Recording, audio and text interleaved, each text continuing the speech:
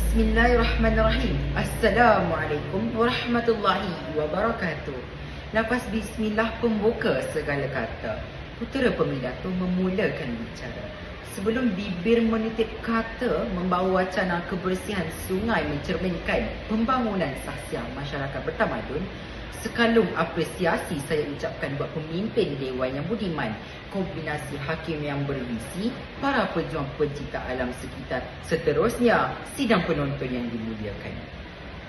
Memetik kata-kata Dr. Scott Tenenbaum, Ketua Penyelidik Kumpulan Keberkesanan Organisasi Dunia.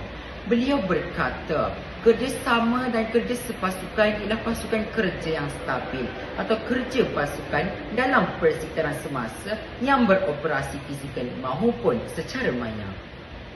Ini membawa makna bahawa manusia tidak boleh hidup secara bersendirian.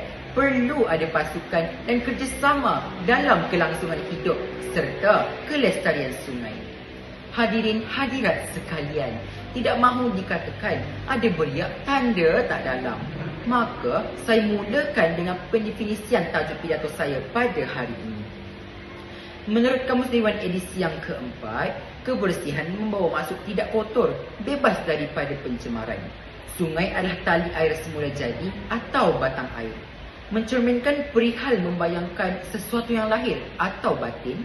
Pembangunan bermaksud perihal membangun atau perkembangan. Sahsiah adalah kepribadian. Masyarakat bermaksud kumpulan manusia yang hidup bersama. Dan akhir sekali, bertamadun membawa maksud keadaan masyarakat manusia yang dicirikan, didasarkan pada taraf kemajuan kebendaan serta perkembangan pemikiran.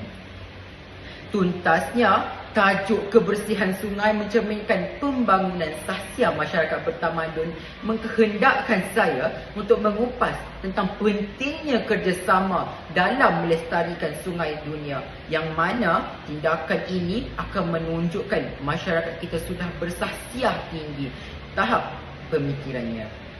Saudara-saudari, sungai menyediakan pelbagai peri penting untuk kehidupan manusia dan entiti persekitaran kita.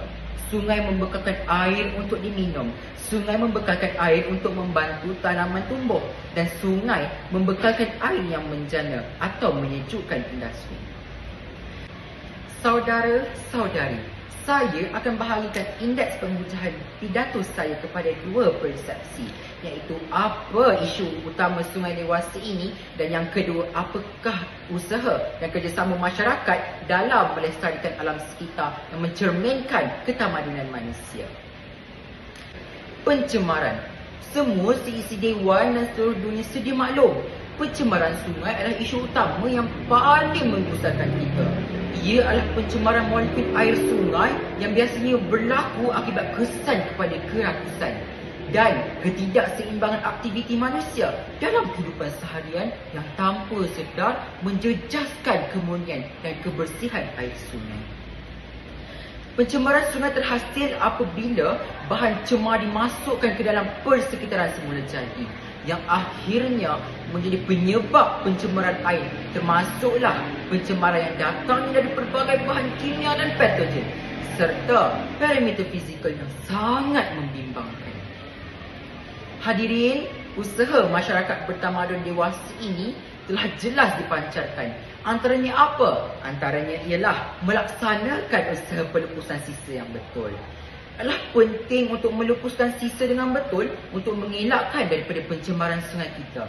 Kita perlu memastikan sisa isi rumah dan industri dirawat sebelum melepaskannya ke dalam sungai. Undang-undang air yang ketat perlu dilaksanakan bagi mengelakkan tumpahan minyak daripada kenderaan atau industri berat dilepaskan ke dalam sungai. Maka pencemaran air sungai akan dapat diatasi dengan baiknya. Nah, inilah sahsiah masyarakat bertamadun. Warga Dewan sekalian, bahan cemar yang telah merosakkan sungai mungkin termasuk bahan cemar organik dan bahan cemar bukan organik. Pencemaran molekul air terjadi akibat kesan suhu yang tinggi, iaitu kesan dan tidak balas haba yang digunakan oleh industri dalam penggunaan air sebagai ejen penyejuk oleh logik kuasa. Ini kerana pengeluar perindustrian biasanya akan menggunakan suhu air yang tinggi dan akan mengurangkan tahap oksigen dalam sungai yang boleh membunuh ikan serta mengubah komposisi rantaian makanan hidupan di sungai. Natijahnya, pada jangka masa panjang, ia akan mengurangkan biodiversity spesies dan memupuk pencerobohan oleh spesies termofilik baru.